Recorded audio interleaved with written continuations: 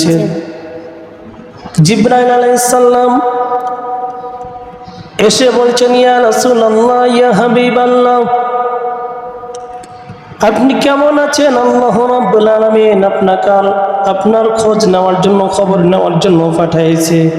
আপনি কেমন আছেন? নবীজি সাল্লাল্লাহু আলাইহি ওয়াসাল্লাম বলছেন, জিবরাইল, আমি অসুস্থ হয়ে গেছি, আমার শরীরটা ভালো না, আমি অসুস্থ হয়ে গেছি, আমাকে ভালো লাগছে না। জিবরাইল আলাইহিস সালাম সেদিন চলে গেলেন। তারপরের দিন আবার জিবরাইল আলাইহিস সালাম আসছেন, ইয়া রাসূলুল্লাহ, ইয়া হাবিবাল্লাহ, সালাম দিলেন, ঘরে প্রবেশ করলেন। যারা মক্কা মদিনা গিয়েছেন দেখবেন জিবরাইল আলাইহিস সালাম যে দরজা দিয়ে ঢুকতো, এখনো বাবে জিবরাইল সেখানে এখনো আছে। ওই জিবরাইল আলাইহিস সালাম ওই দরজা দিয়ে 22,000 বার রাসূল সাল্লাল্লাহু আলাইহি সাল্লামের কাছে এসেছিল। বাবে জিবরাইল দিয়ে নবীজি সাল্লাল্লাহু আলাইহি ওয়াসাল্লামকে এসে বলছেন, ইয়া রাসূলুল্লাহ, ইয়া হাবিবাল্লাহ, আজকে কেমন লাগছে আপনাকে? আপনার শরীরটা কেমন? নবীজি সাল্লাল্লাহু আলাইহি ওয়াসাল্লাম বলছেন, জিবরাইল, আমার শরীরটা ভালো না, আজকে আমার অসুস্থ আরো বেড়ে গেছে, আমাকে ভালো লাগছে না। আল্লাহ রাব্বুল আলামিন কিন্তু সবই জানেন, সবই দেখতেছেন, কিন্তু তবুও তিনার বন্ধুর খোঁজ খবর নেওয়ার জন্য জিবরাইলকে পাঠাচ্ছে। সেদিন চলে গেল। তৃতীয় দিন আবার আসলো। আসার পরে সালাম দিচ্ছে, ইয়া রাসূলুল্লাহ, ইয়া হাবিবাল্লাহ, আপনি কেমন আছেন? নবীজি সাল্লাল্লাহু আলাইহি ওয়াসাল্লাম বলেন, জিবরাইল, শরীরটা ভালো না, আগের চাইতে এখন অসুস্থ আরো বেড়ে গিয়েছে, অসুস্থ আমার আরো বেড়ে গিয়েছে, ভালো লাগছে না।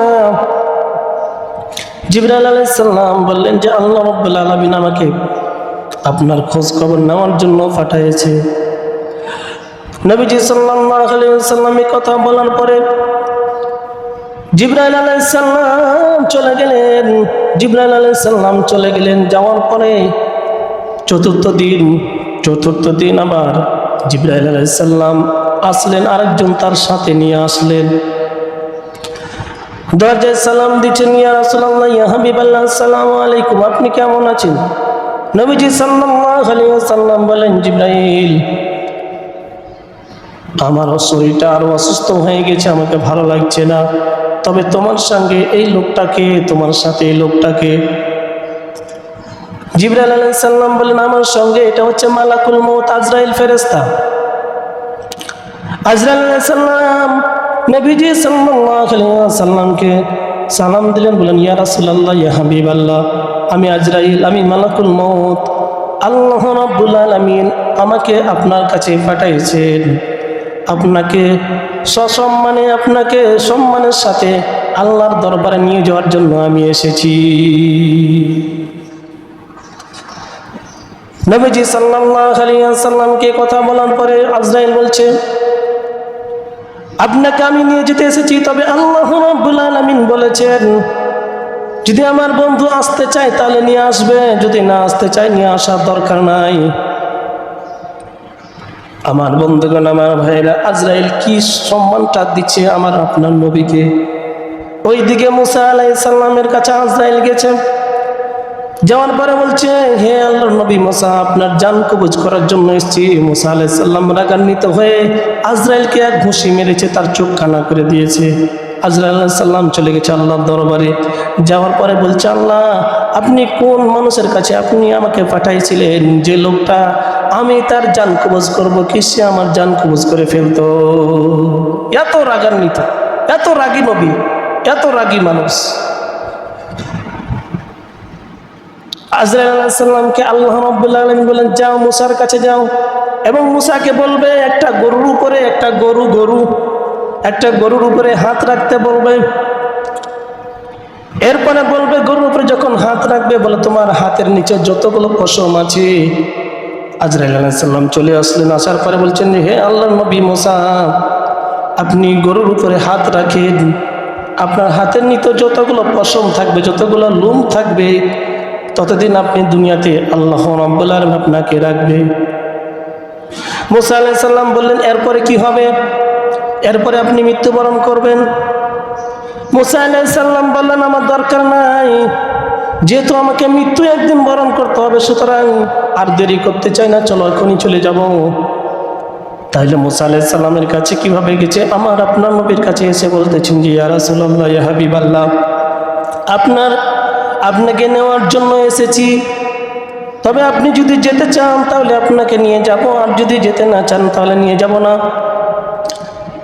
জিবরাইল আলাইহিস সালামের দিকে তাকায় বলতেছেন, রাসূলুল্লাহ সাল্লাল্লাহু আলাইহি সাল্লাম জিবরাইলের দিকে তাকাইলেন। জিবরাইল আলাইহিস সালাম বলে, হ্যাঁ, আল্লাহ রাব্বুল আলামিন এই কথাই বলেছে, আপনি যদি যেতে চান তাহলে আপনাকে নিয়ে যাবে।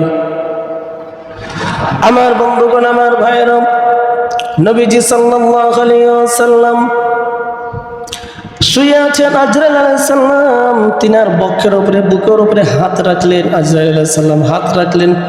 রাখার পরে নবীজি সাল্লাল্লাহু আলাইহি সাল্লাম বলতেছেন যে আজরাইল, তুই মনে হয় বহুত বাহান আমার বুকের উপরে চাপাই দিয়েছ। আজরাইল আলাইহিস সালাম বলছেন, ইয়া রাসূলুল্লাহ, ইয়া হাবিবাল্লাহ, আল্লাহ আপনার সঙ্গে এত আসানের জন্য এত আসান করে মৃত্যু নিতে বলেছে, এই জন্য বিয়াদবি মাফ করবেন। পৃথিবীর ভিতরে সবচেয়ে আসানভাবে, সবচেয়ে সহজভাবে আপনার জানটা কবজ করা হবে। আপনার পরে আর কোনো মানুষের এত আসানভাবে জান কবজ করা হবে না। আমার আপনার নবী আমাদেরকে কত ভালোবাসেন, তখন তিনি বলতেছেন যে আমার তো জান আসানের সঙ্গে কবজ করবে, কিন্তু আমার উম্মতকে যেন আমার মতো আসান করে যেন জান কবজ করা হয়। আজরাইল আলাইহিস সালাম বলেন, ইয়া রাসূলুল্লাহ, ইয়া হাবিবাল্লাহ, আপনাকে কথা দিলাম, যারা আপনার উম্মতরা যারা আল্লাহর হুকুম মানবে, আপনার তরিকা অনুযায়ী চলবে, আল্লাহর হুকুমগুলো মানবে, প্রত্যেকটা হুকুমগুলো মানবে, আল্লাহ রাব্বুল আলামিনের কথা অনুযায়ী চলবে, ইমানদার বান্দা যারা হবে তাদেরকে তাদের মৃত্যু হবে আসানের সঙ্গে। আপনার হিসাবে মৃত্যু হচ্ছে এইভাবে মৃত্যু হবে, মায়ের কোলে যেমন শিশু ঘুমায় যায় তেমনভাবে তাদের মৃত্যু হয়ে যাবে।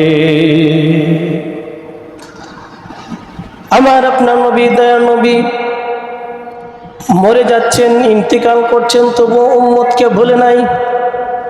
আজকে আমরা তিনার উম্মত, কত বড় দামি নবীর উম্মত, এত বড় দামি নবীর উম্মত, তবু আমরা এখনো সুদের টাকা ছাড়তে পারি না। এত বড় দামি নবীর উম্মত, তোমরা আমরা ঘুষ ছাড়তে পারি না। এত বড় দামি নবীর উম্মত, তবু আমরা জেনা ছাড়তে পারি না। এত বড় দামি নবীর উম্মত, তোমরা আমরা ধর্ষণ ছাড়তে পারি না। এত বড় নবী, দামি নবীর উম্মত, তবু আমরা মালের মধ্যে ভেজাল দিতে আমরা বাধা দিই না। মালের মধ্যে এখন আমরা ভেজাল দিচ্ছি, অথচ এত বড় দামি নবীর উম্মত আমরা উম্মতের উম্মত হয়ে আমরা কি করলাম? উম্মতে আমরা কি করলাম? আমার আপনার নবী এই ছিল, আমার আপনার নবী। আমার বন্ধুগণ, আমার ভাইরা, এই জন্য নবীর আদর্শ আমাকে মানতে হবে। নবীর আদর্শ যদি আমি মেনে চলতে পারি, আমার জীবন যাপন করতে পারি, নবীর সঙ্গে জান্নাতে থাকবো। আর যদি নবীর আদর্শ আমি মানতে না পারি, নবীর সঙ্গে তো দূরের কথা, আমাদেরকে জাহান্নামে নিক্ষেপ করে দেওয়া হবে।